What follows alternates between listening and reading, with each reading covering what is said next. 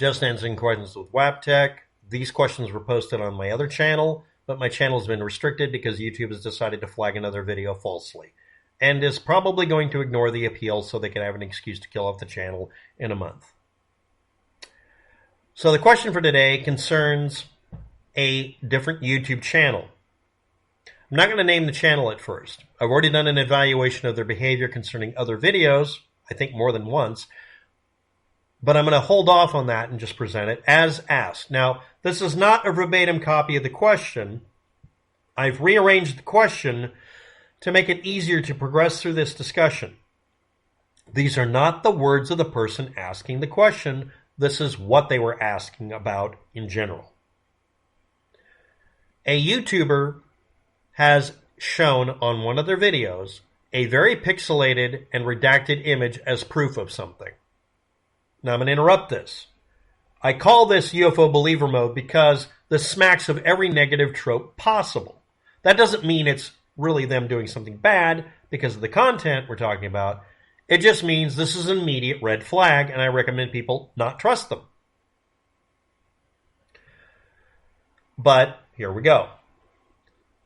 Their claim is that they found inside of a video presented on the internet that you can get the original copy of, that they found another video inside of it and or pictures that show something else. Is this possible? I'm going to bring this up just immediately. On old-style analog equipment that did not use any form of encoding or encryption, an analog recording is made by changing the intensity of a magnetic field in what we would call a wave shape. If you write over it with a new video recording, and it's analog, sometimes, but not always, a small amount of the original video will bleed through. And a lot of you have personal experience with it. If you're older, definitely. And if you're younger, on videos on the internet that show this, or even exploit it for creepy video subjects or whatever. And it can also happen if you just record a recording and then put a little short one in the middle and then let it record over it. You play back the whole thing and you'll see this glitching going to the other video. And you can detect, if you want to sit there, if you have a copy of the original or some other methods, you can sometimes dig out the underlying data.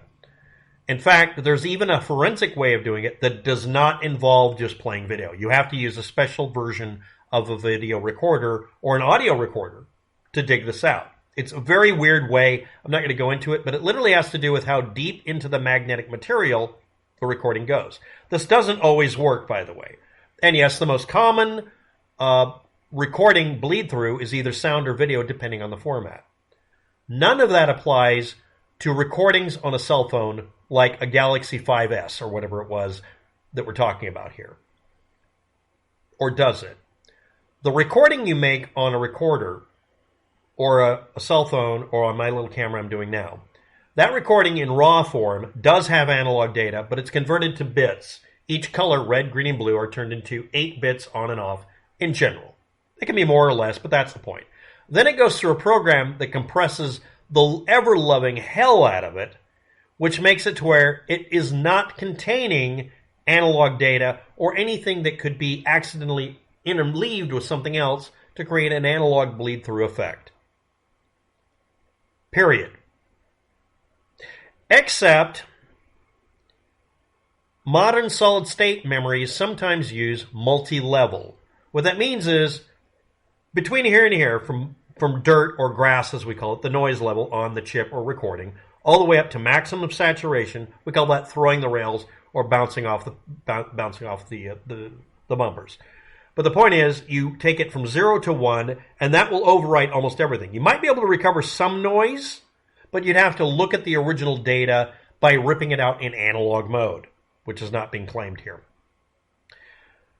But you can record, and this is stupid, on some of them, in each cell, each little bit, whatever it is, capacitor or whatever you want to call it, latch, an analog recording level too. Because digital recording material is almost always able to hold an analog level. It may not be a very good one. It might only have 1 or 2 extra levels, but that's enough to store 2 bits per cell. You can also deliberately make them to where they can hold 256 grayscale levels, so it can hold 1 byte per cell. You can find solid state memory that does that.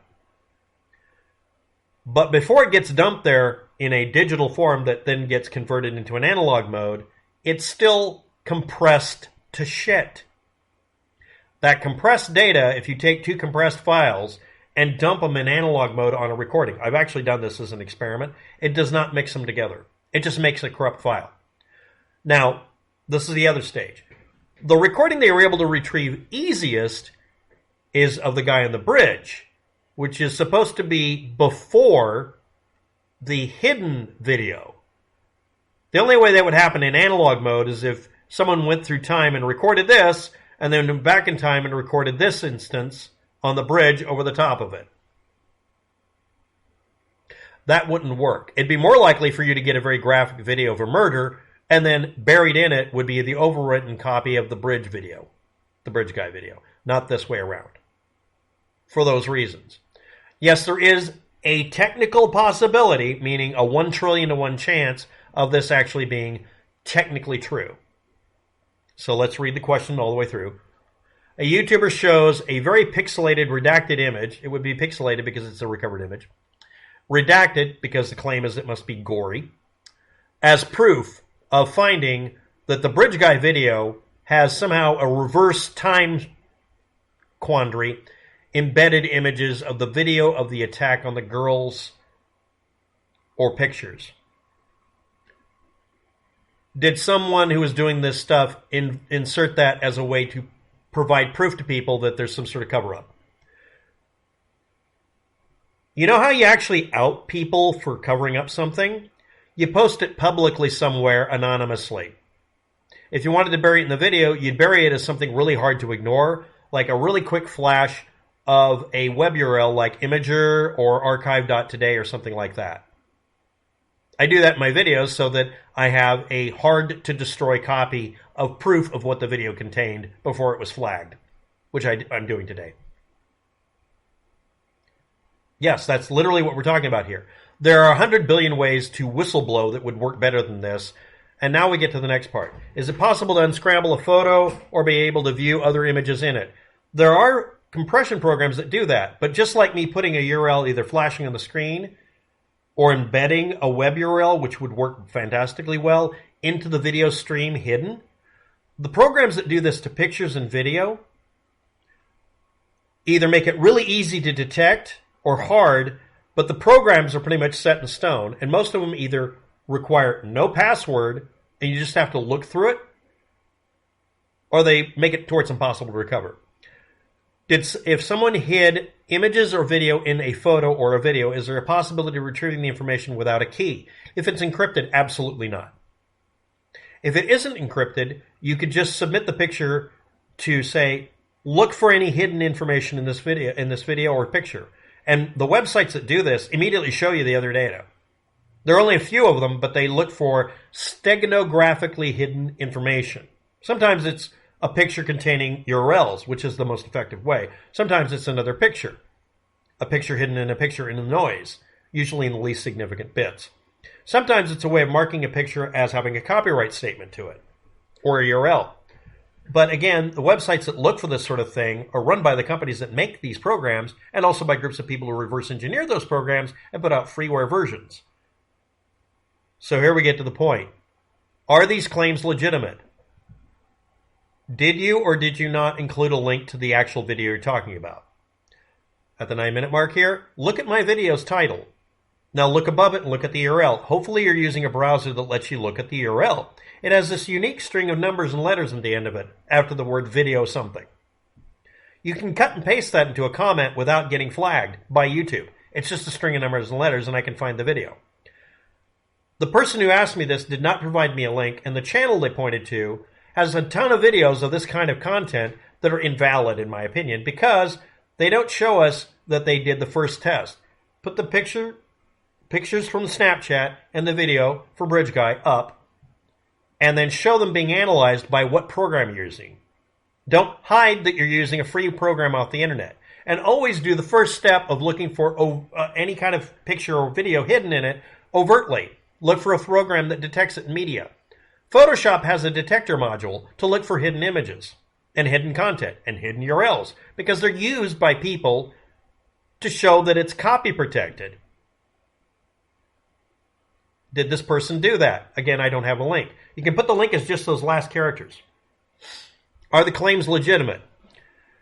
Unless this camera shot raw video recording and dumped it to a memory module and then had another video under it and somehow time traveled, absolutely not.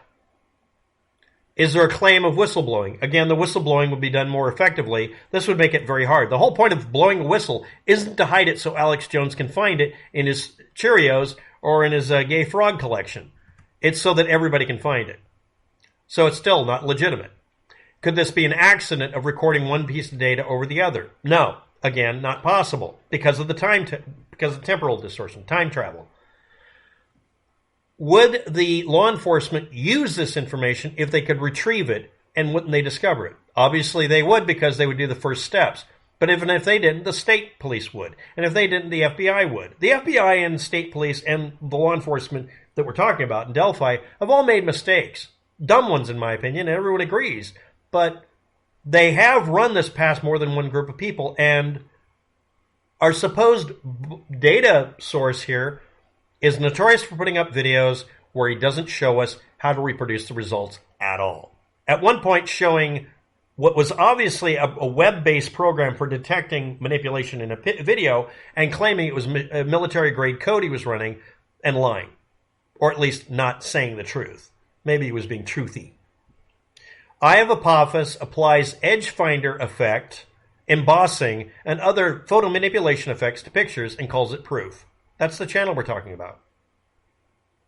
And again, I didn't get a direct link. Wouldn't law enforcement have discovered it? Well, maybe there was a cover-up. No, because a cover-up doesn't work this way either, because again, we have these problems. A YouTuber shows a pixelated, redacted image of anything as proof. Immediately, that should send up red flags, and you should have the following rules. Do they show you exactly how they did it so anybody can reproduce the result? That's the scientific method. If I claim that I can prove this dinosaur is from this layer, so your Bible can't be telling the truth about the world only being 6,000 years old. The Bible doesn't say that, by the way. That's just a bullshit claim people bandy about. If I don't tell you how I did it, or show you where I found it, you shouldn't take my word. Unless I have a fantastically good reason for this. The Bridge Guy video has embedded images in the video and an attack on the girls, but the only thing shown is a static picture, and we're just supposed to trust the person. The more convoluted the explanation a liar is giving, the harder it is to bat down because they keep adding more layers to it. It's not a rabbit hole, it's a dung heap. Rabbit holing is when you're digging through things that have piled up because of time or whatever. I'm not a sewer processor here.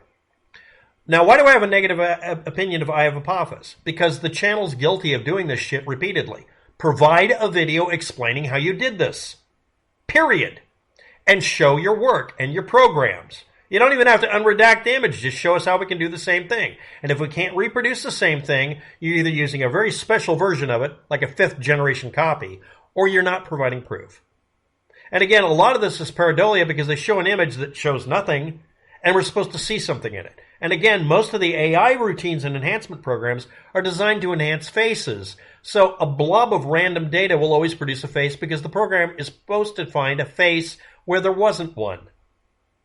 And again, no, there weren't any of this other data or proof of under the bridge images from a year later. No.